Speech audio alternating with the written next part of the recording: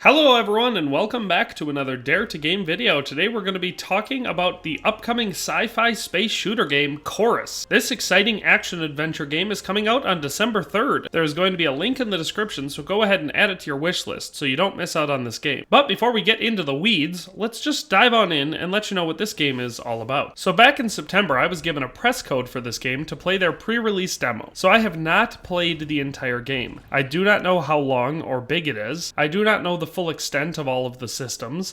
I played through the demo twice, which consists of about a half hour of story-based gameplay. So make sure you keep that all in mind while listening to everything that I'm saying during this video. Before I get too much more into game details, let me fill you in on the story. 7 years ago, the glory of the circle in the distant future, humankind was eagerly sprawled across the galaxy, but at a terrible cost. Endless wars, famine, and mutated diseases killed billions. Splintered into countless factions, more and more yearned for peace, for unity. Then the great prophet emerged and answered their call. He promised that his movement, the Circle, would mend humanity and bring eternal peace. Within his cult, every living being would attain a state of perfect harmony, the Chorus. On his strive for Chorus, the prophet had encountered the Faceless, more akin to a force of nature than living beings. These alien entities manifest all darkness humans suppress. With their help, he would cleanse humanity of discord, and with their wisdom, he trained his elite warriors. They learned to reach beyond our walking world and tap into the ether, so that they could unleash gifts that lay suppressed inside them. The same powers the Faceless harness from their void. With these godlike forces at their side, the Circle conquered the entire galaxy. Elder Nara became the prophet's best pilot, and his unstoppable executioner. As his chosen one, he sent the ambitious and vengeful young woman to crush the last rebellion. Wielding her ethereal powers as her rights, Nara succumbed to the darkness raging inside her, tearing a rift into reality. She ripped the planet Namika Prime apart. Face to face with the countless lives she had burned, Elder Nara's faith broke, and she fled from her own warriors, her prophet, and everything she had ever believed in. Now, the exile. Stripped of her titles and abandoning her powerful rights, Nara now lives in a placid exile and works as a scavenger for the affable Sav and the people of the remote Stega system. But Nara's dark secrets catch up with her, and the Circle attacks her new home after her naive boss fails to negotiate with them. At last, Nara decides to fight her former cult comrades and exploits their tactics she had once taught them. However, their conquest does not stop with Nara's first victory. The Circle will return, for her people and eventually for her, the former chosen one. In the wake of their onslaught, Nara sets out to retrieve her most deadly weapon and most loyal companion, the sentient starfighter, Forsaken. By linking their essences in harmony, they once become unstoppable. Yet, Forsaken cannot forgive her for hiding him away in years of solitude. So Nara makes a promise. Together they will bring down their former master, the Prophet.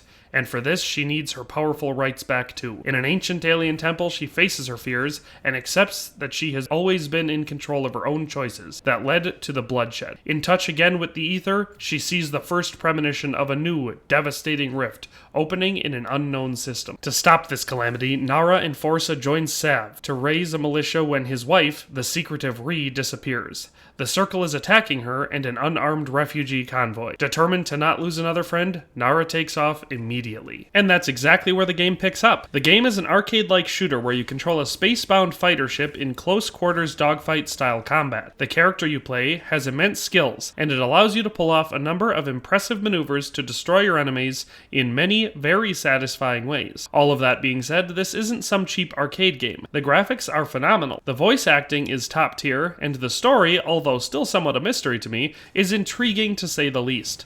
The mechanics of the game have the perfect balance of easy to learn, yet difficult to master. I would assume the game is designed for use with a controller, given the fact that the tutorial where you are shown the controls is done with an Xbox controller. But I played the entire thing on mouse and keyboard. It took me a little bit, but after 10 minutes or so of gameplay, I had all the basic systems figured out, and was able to move on to some faster and flashier maneuvers. It plays pretty much how you would expect an aerial combat game to play in 2021. It took me a little while to get the hand on the feel of the flight in here. here. It's obviously not as heavy as what you would experience in an atmospheric flight combat game, say flying an F-35, but it's also not nearly as floaty and loosey-goosey as flying a ship in a Star Wars game. I would say they've struck a really good balance here that makes the game rewarding while keeping it significantly difficult. And story-wise, your ship is a glass cannon. It's great at inflicting damage and is fast, and therefore following the same rules of the game does not have great armor or shielding. So I found myself having to figure out the more intricate movements to avoid getting hit at all cost. There are basically 4 types of enemies in the game. There are the crows, which are lightly armed and have basically no defense, other than their incredible speed and maneuverability. They are not very dangerous alone, but they are rarely ever seen that way, and can become a threat if left unchecked. Then there are the raven, which are nearly as fast and maneuverable as the crow, but these have a regenerating shield which protects them, making them much more dangerous and harder to take down. Then we have the vulture craft. These are heavily armored gunships that can utilize a devastating charge attack, which can destroy your ship in 1 or 2 hits. They are also capable of deploying robust shields that make them nearly impenetrable. Their heavy hitting power and strong defense does, however, come at a lack of mobility. So taking these enemies out is best done quickly before they have a chance to activate their shields. Lastly, we have the biggest ships, which are called shades. These are carrier ships that will continuously launch enemy craft if not taken out. So these need to be taken out quickly or you will be overwhelmed. However, they cannot simply be blown up. They have a weakness that you will need to exploit if you want to take them out. Nara's ship has 3 weapon types. The first are the Gatling guns, which have a high rate of fire, but deal relatively low damage. Plus, as they are fired, they heat up, and if they overheat, will stop firing. These are great against enemies like ravens and crows, and also for destroying unshielded stationary targets. The next weapon system are the laser cannons. These deal very high damage and are great at taking down shields, and they even deal extra damage when they're fully charged. These should be used to bring down the shields on ravens and vulture craft, and can even one-shot crows. Lastly, you have missile launchers, which are devastating against armor and deal area effect damage, but they are much slower and far less accurate, so aim and skill are going to be important when using these. I typically use them to take out vultures from a relatively close range. The Forza can also be equipped with up to 3 different modifications, which give stat boosts and can further customize your ship to make it work the way that you like it to. Some are parts of sets, which give even better bonuses when combined. All of this can be changed and customized in the hangar, where you can buy new weapons and modifications, and swap them out to customize the Forsaken to match your playstyle. Lastly, I would like to talk about Nara's rights. She has 2 special powers that she can utilize. The first one is called the Right of Senses. This one is effectively eagle vision in most games. Once used, it will reveal the location of hidden things throughout the map. This could be ships, mission objectives, money, ship parts, or memories. Lore-wise, it is the ether spirits that guide her to what she must find. The other right is the Right of the Hunt. This one is like a short subspace jump that allows Nara to overcome various obstacles. This can be used to bypass force fields or other physical barriers, but most importantly, it is the perfect secret weapon for dogfighting. This ability allows Nara and the Forsaken to move into the perfect position to strike, and allows them to move with more agility and faster than any other technology, which helps them become the perfect hunter. For this right, Nara manifests the primal fear of a predator surprising its prey. Focusing on the unconscious terror allows Nara and the Forza to dash across the ether connections between all present and past beings. For a fraction of a second, they leave our reality and reappear where their enemy fears them the most, typically right behind them. There are also a number of other basic systems in the game, like a repair bot that can be used once before needing to cool down. This will repair your ship to full health, but the cooldown is significant, so it's important not to waste this skill.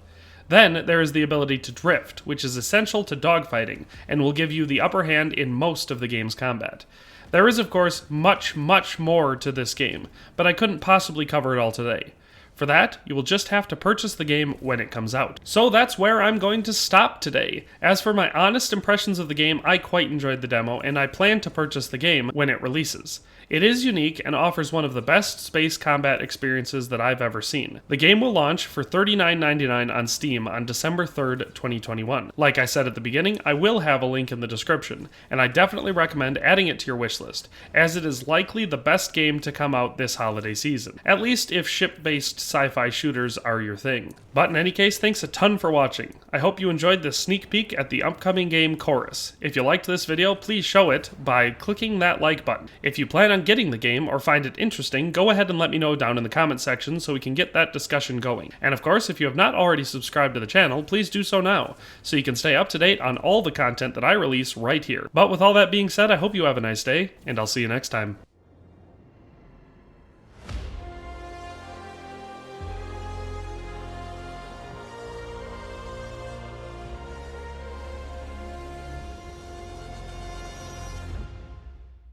Thanks for watching another Dare to Game video. If you liked this video, please leave a like and a comment. If you haven't already, be sure to subscribe to the channel. If you like my content and would like to support this channel, consider becoming a member today for as little as $1.99 a month.